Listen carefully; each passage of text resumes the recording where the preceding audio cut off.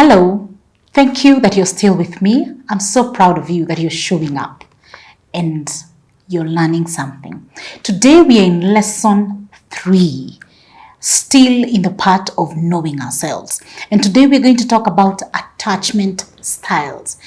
And when I understood what are attachment styles, it changed my life because I realized what kind of attachment style I have, which we will discuss and we will see. So what are attachment styles?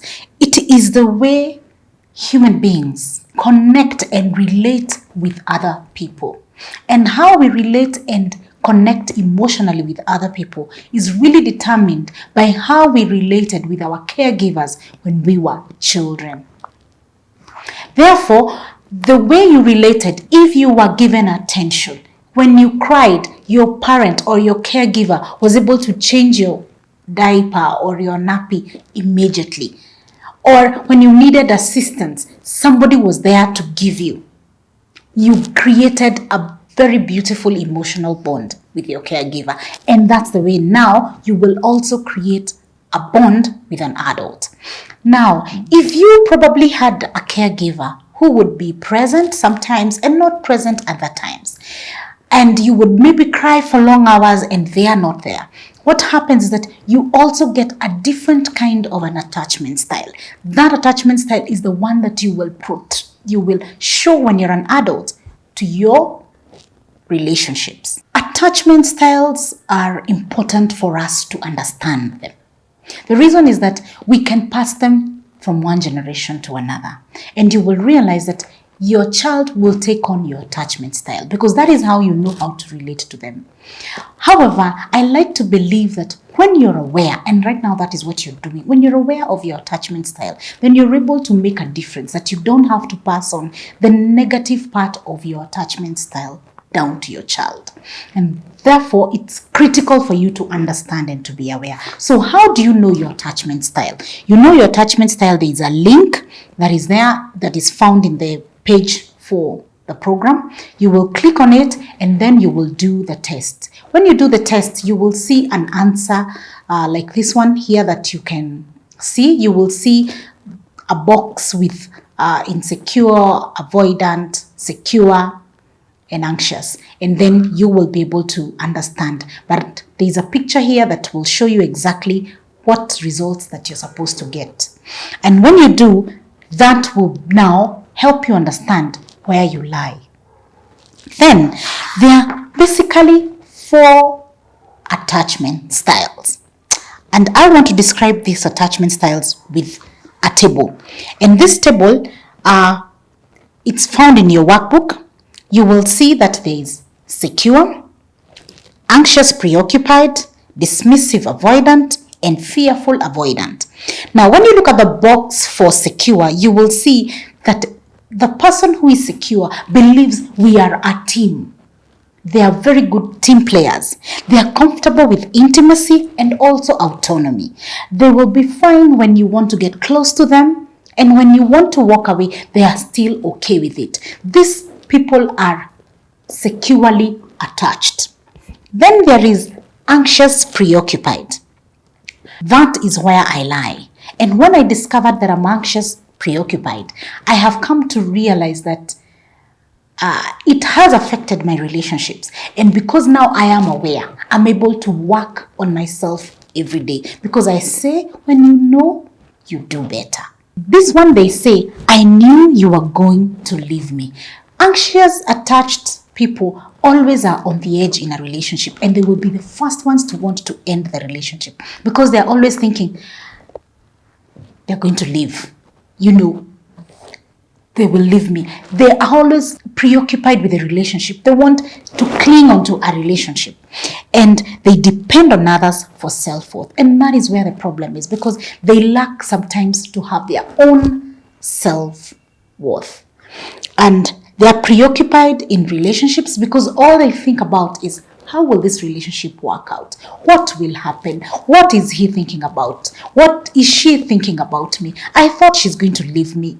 And all those things. And those things, what happens is that that person can be so consumed by the relationship. Then there is dismissive avoidant. And you can see it in your workbook and even on this screen. what they feel and what they say in their mind is that don't get too attached. You will just be disappointed. These people do not want to be very close. They are strongly independent and they downplay emotional connections and even relationships. And you will find that they are not so much into intimacy. Even though they're not too much into it. When you get too close, they want to run away. Then there's fearful-avoidant. They will be like, come here, no, go away. And that kind of a person, they will always be wanting to be in a relationship, but at the same time, they don't want. And sometimes they can be mean and not very friendly and nice in relationships. And they are fearful of intimacy and socially avoidant. You will find them alone. So we want to repeat and say that there are 4 types of attachment styles. The first one is secure. The second one is anxious preoccupied or anxious attached. Then there is dismissive avoidant, and then there is fearful avoidant. Now, when you do the test, you're able to classify yourself where you are.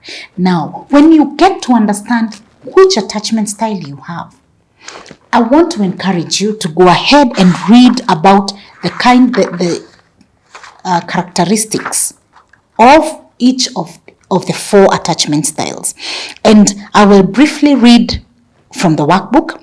The secure attached, and they have the ability to form secure, loving relationship with others. A securely attached person can trust others and be trusted, loves and accepts love, gets close with others, and relates with ease. They are not afraid of intimacy, nor do they feel panicked when their partners need time or space away. They are able to depend on others without becoming totally dependent. Now, in the society, we will find that the securely attached people are about maybe 50%. The rest of us, we are attached insecurely. That doesn't mean that we are lesser people or we are not okay. It just means that is how we learned to connect emotionally right from our childhood. So when you read through, you will see the characteristics and you can be able to gauge. There is anxious attached. Anxious attached style is a form of insecure attachment marked by a deep fear of abandonment. An anxious attached person tends to be very insecure about their relationships, often worrying that their partner will leave them and therefore always hungry for validation. They behave in a needy and a clingy way. And if they are attracted to an avoidant person, you can imagine. Then there is avoidant attachment style. Avoidant attachment style is a form of insecure attachment style marked by fear of intimacy. Now, this is fear of intimacy. The other one is fear of abandonment. Now, fear of intimacy is that these people tend to have trouble getting close to others or trusting others. When a partner wants to be very close, they feel like they are being suffocated. They are not ready for that kind of closeness. And what happens is that these people tend to stay lonely for a long time. They can be the bachelors we see or the spinsters we see, the people who take so long before they get married. Why? Because they are not able to bond and create beautiful intimate relationships, because when somebody gets too close, they feel suffocated, and it works against them because we all want to have relationships. No man is an island. Therefore, we need that closeness with others. So they are emotionally distant and reject an intimate relationship. They keep partners at arm's length. You can imagine you have a partner who you spend a weekend with. By the time Sunday afternoon, you were with him probably on Saturday. By the time Sunday afternoon is getting there, he's feeling or she's feeling like, I can't take this anymore. They just want you to go and leave their house. That would make the other partner feel very rejected. So they're not able to depend on a partner or allow a partner to lean on them because independence to them is a priority. So you can check out and see How does it work with you? You will read it in the workbook. Then there's avoidant attachment style. Fearful avoidant attachment style is a combination of both anxious and avoidant. People with fearful attachment style both desperately crave for affection and want to avoid it at all costs. Can you imagine that person who dangles a carrot in your relationship? They want you to come close. When you get close, they push you away. And they will push you away, not in a nice way, in a very negative way that you get so hurt. And they are reluctant to form close romantic relationship. Probably all they want is a bang and they are off.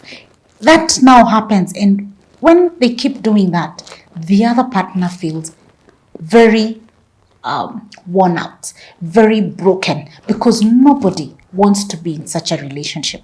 Even they themselves, they are also confused and in a state where they wish they could not do what they're doing, because they become antisocial, they lack empathy and remorse, they are aggressive and punitive.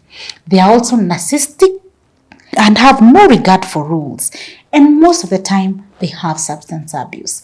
This attachment style, I would think, is the most detrimental because it will affect your children. For example, if you're a parent, it would mean that your children will also be fearful avoidant, because you will also treat them the same way you treat other people, how you treat your partner. Therefore, it is very important, if you feel that you fall in that class, when you read the characteristics and see that you fall in that class, please seek therapy, because it is important for you to connect with people in a healthy way so that you go back to your childhood and you're able to clear that baggage that you carried, so that you don't take it now to your children, because it is important for each one of us to try and work through so that we can become securely attached in our relationships. So if you're avoidant, you're anxious or fearful avoidant, I would encourage you, look at the